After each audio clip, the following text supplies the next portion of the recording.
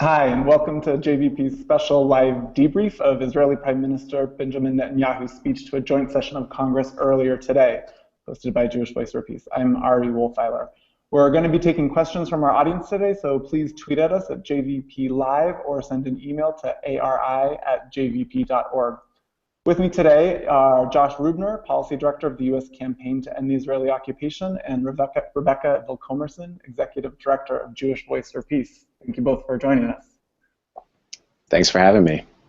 And Josh, I'd like to start with you. Can you recap what we learned from Netanyahu's speech today? Was there anything new in his portrayal of the negotiations around Iran's supposed nuclear weapon program? And did anything surprise you?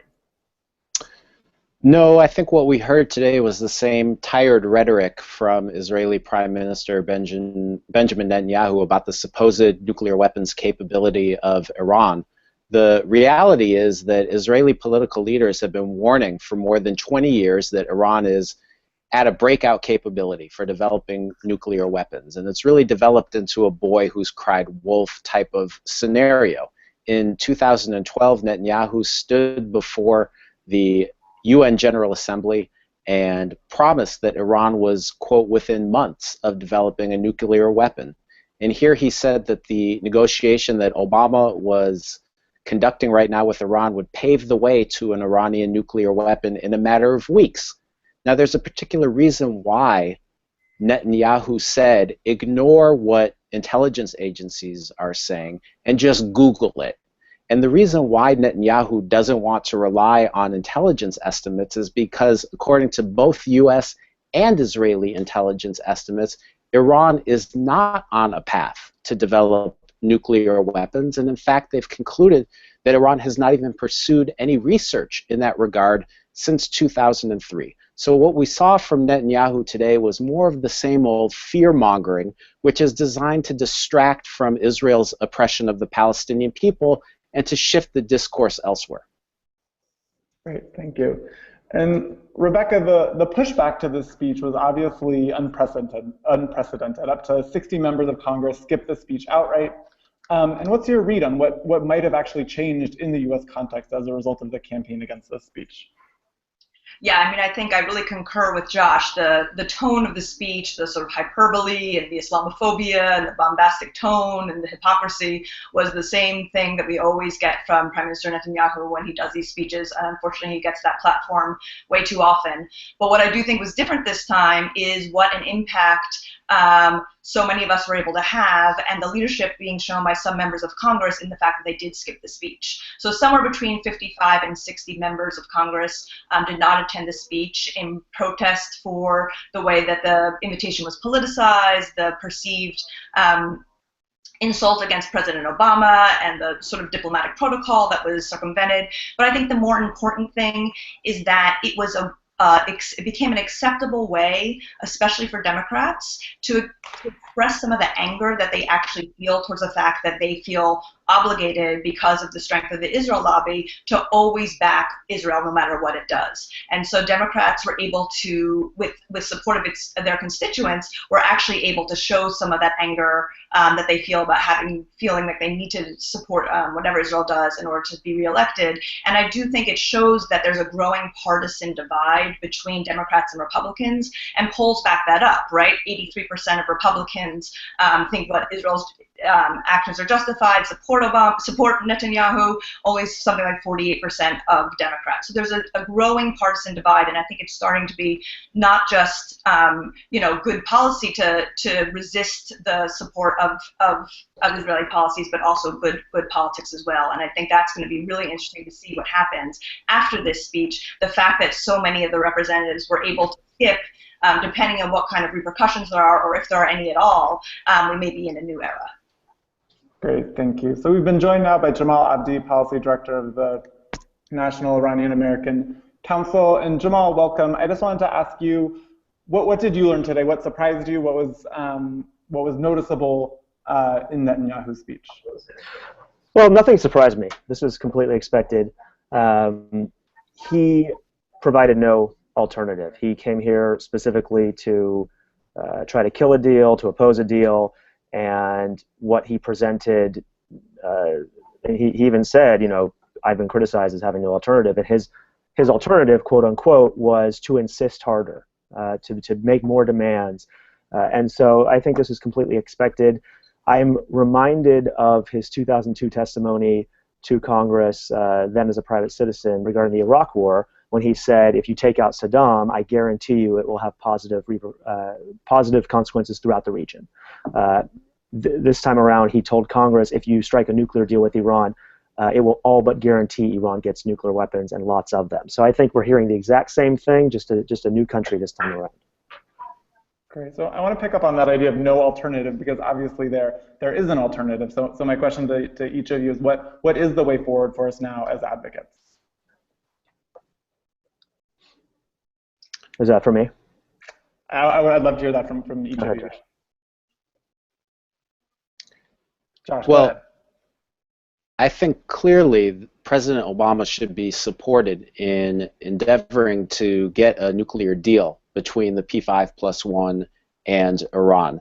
I agree with the Obama administration that the surest way to prevent Iran from developing nuclear weapons in the future is to have a negotiated arrangement. But I think that Netanyahu's insistence that Iran not have any nuclear capabilities whatsoever, including those which are licit for it to have and to develop under the NPT, the Nuclear Non-Proliferation Treaty, really points to the hypocrisy of this entire situation. There are 4 nuclear rogue states in the world, and Israel is one of them. Israel is one of only 4 countries that refuses to sign the NPT. Why? Because it has an undeclared arsenal of an estimated 80 nuclear weapons. And the fact that Congress refuses and Netanyahu refuses to address this issue while trying to punish Iran for its legitimate development of civilian nuclear energy, I think is hugely hypocritical. And I think that the Middle East would be much better off if we had what was done after the Gulf War in 1991, which was when the Security Council passed a resolution calling for a weapons-free zone of WMD in the entire Middle East, and I think that's an objective to which all activists should aspire to. Great. And Jamal, what are some of your takeaways in terms of the work, and does our work change or not after this morning's event? Well, the reality is this speech, as damaging and inappropriate as it was, it really created a big opportunity for advocates of a approach that Netanyahu doesn't advocate for. So for those of us who have been supporting the Obama administration's diplomacy and who have been trying to make sure that this deal survives, Netanyahu's speech really has created a divide between those in Congress who are committed to doing anything it takes to kill this deal and to oppose diplomatic efforts by this administration, versus those in Congress who actually don't want to see the country go to war and aren't committed to just opposing anything Obama does. And so now those two sides have really been galvanized. And so just going forward on a very tactical level, we're looking at a deal, at least the political framework for a deal with Iran, that is likely to emerge in the next couple of weeks. There is now a race between the negotiators who are doing the hard work of getting that deal versus some folks in Congress who are doing the hard work of marching in lockstep to Netanyahu and his speech. What those folks are trying to do is pass legislation that would demand that Congress get a veto over any deal. This is the so-called Corker-Graham-Menendez bill. I think it's S615, if I'm not mistaken. So they're racing to try to get that legislation to ensure that Congress is able to kill a deal, and then simultaneously they're trying to pass the Kirk-Menendez sanctions bill, which would impose sanctions on Iran and risk violating the deal and send a very bad message at the last minute of these negotiations. So I think as advocates, we need to focus, not just on the long-term strategic issues, but also on this very near-term threat that the Senate is going to pass these two bills that you now have today 16,000 AIPAC lobbyists on the Hill advocating for. We need to stop that, and we can use this Netanyahu speech and all the controversy it generated to really get folks on Congress to choose sides here and oppose those measures and support diplomatic efforts. Great. And Rebecca, I want to pick up on that point about AIPAC, and I think one of the things that was really noticeable today was that Netanyahu went to maybe even greater lengths than normal to assert that all Jews and all Israeli government policies are one and the same. Can you just comment on that and maybe efforts to break that apart a bit? Yeah, I was noticing that as well, and I think he's always trying to conflate all Jews and the state of Israel in a way that's really disturbing. And I think going back to your previous question, what's interesting and different is we have someone like Senator Dianne Feinstein, who yesterday said it was arrogant and inappropriate for him to say that he was speaking for all Jews. So I think there is starting to be some sense of separation between Netanyahu and his feeling entitled to speak for all the Jews and understanding that he's speaking for a state. And I think that goes back to, he really was setting up and always has a rhetoric of a clash of civilizations, and that this is the Western world against this, this militant Islamic terror. And I think that's very, very deliberate. He's trying to ally himself with the West and certain democratic values, while of course at the same time he's pursuing all the same aggressive policies towards Palestinians that he's accusing Iran of pursuing against the rest of the Middle East. So I think that's the sort of the interesting hypocrisy and maybe psychological projection you could talk about there. But what I'd like to see next is, given that we've had this impact and so many Congress people did skip the speech, I think this is a real opportunity for us to encourage those Congress people, for them to understand that their constituents support them and that they can speak up not just around a breach of diplomatic protocol, not just around Iran, but around Palestinian human rights as well. Great. And I want to ask also about the rhetoric and sort of the code of this speech. I mean, I think watching it myself, it did seem at times like a sort of tour of different Islamophobic tropes and different biblical references. And I'm wondering if you can just talk a little bit about what was the sort of style and what is the impact of that politically to what sort of picture was he trying to paint of the world and his view of the dangers in it. Is that for me? Sure. It's funny, he just can't help himself, it seems like. He sort of starts up the speech trying to be all bipartisan, and he praises President Obama, and he makes a big effort to talk about how the U.S. has stood with Israel for so long, and he starts on this sort of cooperative note. But as he gets revved up, he starts to build this really apocalyptic sort of vision for what's happening. And I would actually love to hear a little bit more from Jamal around the way he was portraying Iran, because I felt that it was really, it's sort of very hard to disentangle a lot of his phraseology, but he sort of paints this portrait. He made it beyond being just about sanctions because of nuclear weapons. It became this rhetoric of Iran gobbling up the countries around it, and this really sort of strong visualization, the three tentacles of terror, I think he said. He sort of had all this alliteration of ways to create this sort of monstrous vision of what Iran is that was much beyond talking about a specific nuclear threat. And then, of course, there was the biblical references and talking about a story from the Bible, the book of Esther, Purim, and making that the basis of his argument for what this nuclear agreement should be. So I think that sort of mixing of history, Bible, alliteration, and allegories is a very dangerous sort of way that he portrays the world. Jamal, can you follow up on that and how you saw Iran being portrayed in this speech and what might have been new or extended by it? Yeah, this is the same rhetoric. I do. What a terrible sort of talking point. This tentacles of terror thing that he keeps trotting out. It sounds like a B-movie monster or something. And the reality is, what he's saying is made up. It is like a Hollywood creation, this notion that Iran is gobbling up the Middle East. I mean, look, there are clearly issues that divide the U.S., its allies, and Iran. We are not on the same page. And at the same time, on several issues. At the same time, there are many areas where we actually share very close interests. I mean, look at what's happening with ISIS in Iraq right now. It is Iran who is actually fighting ISIS. It's Iran who is on the ground and doing a lot of this dirty work that the administration is and those who oppose ISIS are sort of championing without saying Iran by name. If you look at the other critical areas, whether it's Syria, where Iran would have to be a player in a political solution to resolving the conflict in Syria, and until now we haven't been able to engage and invite Iran into that process because of all of these other differences, and because we've been focused solely on the nuclear issue. So we can only actually start resolving these issues through political solutions, through actually negotiated solutions in which the stakeholders actually have an interest to end the conflict and de-escalate if we are negotiating with Iran. And what Netanyahu and others are trying to put forward is the same notion that we heard 10, 15 years ago, in which you're either with us or against us, we don't negotiate with evil, and there's no diplomatic solution to any of our differences. We can just go through and strong-arm those we disagree with, and we can eventually stabilize the region by taking out and knocking out every power there that we disagree with. Instead, what's this opportunity we have now is to actually get a negotiated solution on the nuclear issue and begin to start working on all these other issues that need to be sorted out and which we have strong incentives to work together to achieve.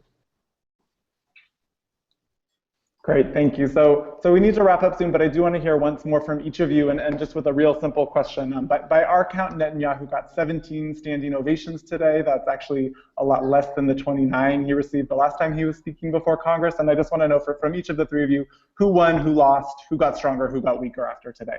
And Josh, we'll start with you. It depends on how you define winning and losing. I think that Netanyahu's speech will play very, very well to the Israeli public, and I think that it will boost his chances of winning Israel's election in 2 weeks' time. And I do think that was indeed the major reason why Netanyahu went through with this speech, despite this unprecedented uproar against it, not only in the United States, but in Israel as well. So I think that in his own mind, Netanyahu has won this battle.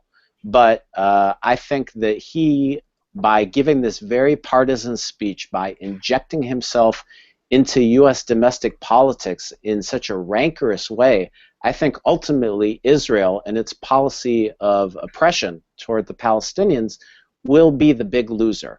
While we haven't yet seen members of Congress who have said that they skipped the speech, say anything regarding Israel's horrific treatment of the Palestinian people, I agree very much with Rebecca that this speech is going to create a political dynamic in Washington, D.C. that allows this issue to finally be discussed free from this ideological bipartisan lockstep support for Israel. So I think in the medium term, and especially in the long term, Israel and Netanyahu will wind up being the losers of this speech, because it's going to create a dynamic that questions our support for Israel's oppression of Palestinians. Great, thanks so much. Rebecca? Yeah, I mean, I think I basically agree with Josh. I mean, I think it's going to be interesting, especially since the Congressional Black Caucus and the Progressive Caucus were really the leaders in terms of trying to lead the charge of skipping the speech. And I do think that is an indication of the fact that the progressive wing of the Democratic Party is starting to feel a little bit more free to express criticism. And I think that everything running up to this speech did embolden that wing of the congressional representation. And I think that it also, for those of us as constituents, we've now experienced the fact that we can have an impact on our representatives, that our visits and our calls and our petitions did actually make a difference in many cases in terms of the representatives choosing to skip the speech. And so I think that we have, a sort of inspiring path forward for where we can go with this to continue to build on the momentum that we've gained through the run-up to the speech. Great, thank you. And Jamal? I think what this episode really illustrated is that supporting Israel does not mean being Netanyahu's yes man. And by saying yes to whatever Netanyahu wants, by accepting or orchestrating this speech, John Boehner and other folks did a lot of harm to that U.S.-Israel relationship and really should have said no. And this can be drawn out to many issues, including this Iran diplomacy issue. So friends don't let friends drive drunk or start wars or kill deals that can peacefully end conflicts. And so I think this issue, this controversy around this speech will pay long-term dividends if we remember this lesson. I think in the days going forward, though, it is going to be a foot race. Do the folks who are on our side of diplomacy and who want to see this deal, are they going to be able to outmaneuver and get more support than the folks on the other side who are lobbying for these new bills, these new sanctions, this congressional veto bill. And so really, I think it's undecided who wins from this whole thing. It's up to us, it's up to advocates, it's up to members of Congress to decide in 2 or 3 weeks, are we going to get a deal? In 2 or 3 months, are we going to finalize that deal? Or will Netanyahu ultimately succeed, kill this deal, and put us back on this path to war that I think is inevitable if Netanyahu succeeds? Great. Thank you all so much. We had to leave it there. Once more, Rebecca Vilkomerson, Jamal Abdi, and Josh Reubner. Have a great day, all of you.